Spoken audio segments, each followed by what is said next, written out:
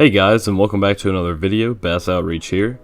So basically, on my last video that I uploaded, I asked in the end of it that if you guys had any suggestions on videos that you guys would enjoy or like to see, or any subjects that you guys would like to learn more about, to drop a comment. And today we have a comment from a guy named ML. I'm not sure the actual name, that's just his YouTube name. ML asked how to choose a section of a ledge. Now, I've got three main points that we're going to go over. Number one is location, number two is setup, and number three is targeting. I'm going to try and spend about 5 minutes on all three of those a piece. And so pretty much we're going to start on Lake Guntersville, because what lake better to choose than Lake Guntersville? So basically a ledge is just a drop off that drops off into a creek channel, a river channel, you know, just basically your basic and typical drop offs. Now there's a lot of ledges on Lake Guntersville, but there are certain ledges and areas along river channels and creek channels that load up better than others. You know, right here on Navionics web app, which is pretty much what I use to do my research on lakes. Whenever I look for ledges, humps, grass beds, you name it, I look for it on Navionics. Basically, here on Lake Guntersville, we're right here in front of Marshall County Park. So you have a very typical offshore ledge out in the middle of the river channel. It comes up out of 40 to 50 foot of water and rises into this 17 to 20 foot. Now this right here is a really good area to start, and Lake Guntersville flows from, if you're looking at my screen, it flows from right to left. So this way right here towards this bridge and towards Marshall County Park would be down lake, considered by current. So, you know, this is a very typical ledge. This is a very typical ledge fishing area. You know, in the summertime, a lot of guys that don't know really how to read their units or anything, this is pretty much where they go when they start. You know, they drag the Carolina rig, throw a big crankbait on these points here, you know, big shaky head. You know, basic typical ledge fishing baits. Now, if I'm fishing Lake Guntersville, I like to look for this kind of off the wall type of ledge fishing stuff. So like, I really like creek channels whenever I ledge fish, because it's a main route for fish to run. So after the spawn, your fish really like to move out deep onto you know, kind of these humps and these ledges where they pretty much refuel by eating shad, crawfish, whatever's out there. So one thing that I like to focus on a whole lot is creek channels, because creek channels are transportation directly out of the straight backs of backwaters, and backwaters is where the spawns take place typically. You know, this applies to coves, you know, backwaters, shell bars, stuff like that. So if we're coming out of some of these pockets here, you know, a main thing for me is, you know, you have this creek bed that runs right here, and that's the point of travel.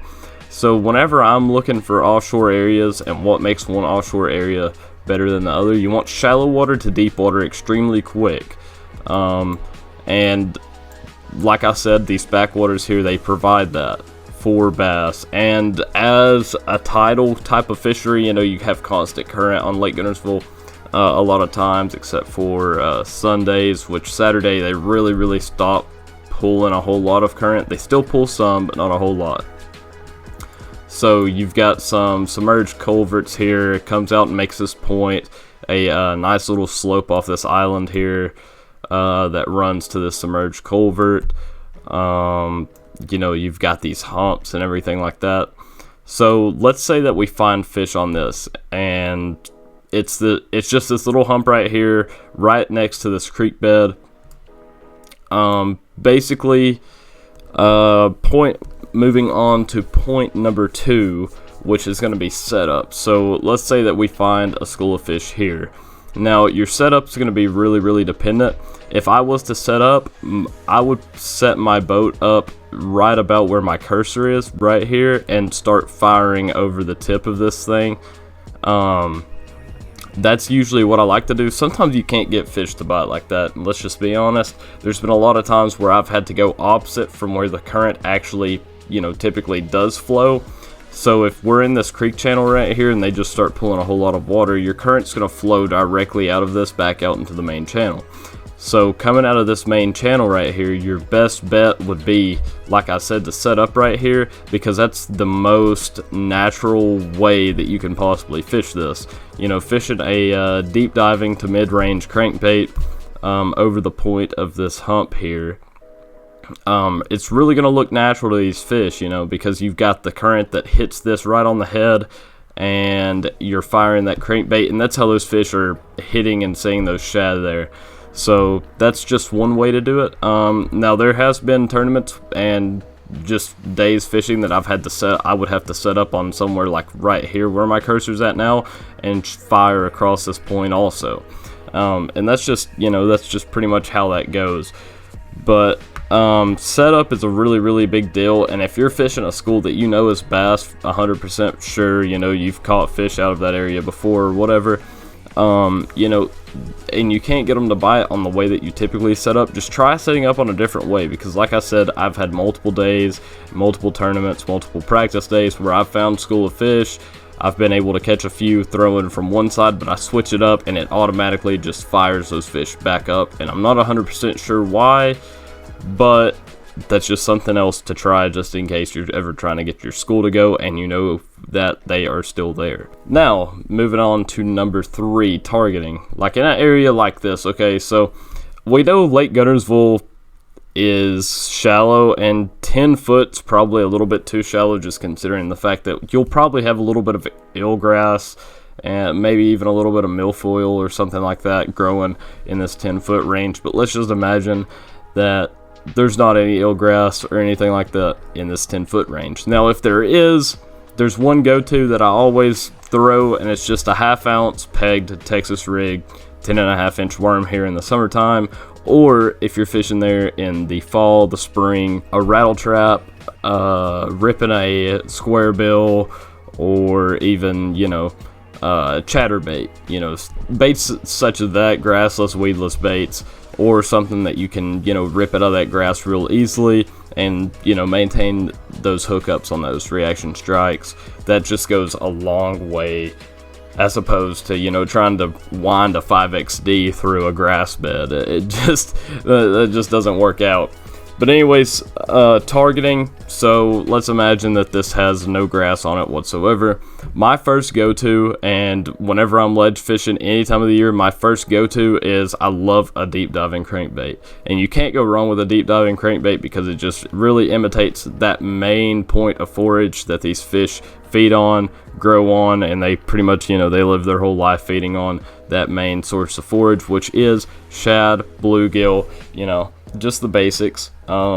Any sort of bait fish imitator, as long as that bait fish is in that river system or lake, is going to make a humongous difference. There's some days where you might have to go to a DT 14, 16 or something on this flat because you started wearing those fish out on a 5XD or whatever. They've really gotten used to that knock and everything like that. There's going to be days like that. I've had some days like that, and just that simple change from like a 5XD to a DT 14, 16, a DT whatever, as far as crankbaits go, it can make a world of difference.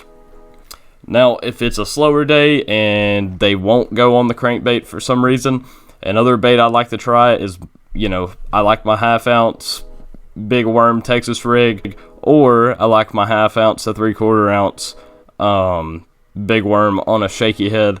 In the summertime, you just literally cannot go wrong with that bait, and there's absolutely no way you can go wrong with that bait some days.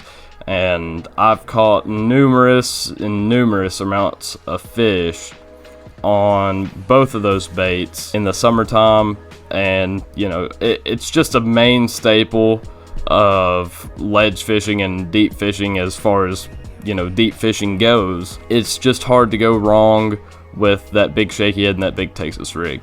So to the next bait. On the next bait, you know, we've all thrown it. Some people really like to throw it, some people don't.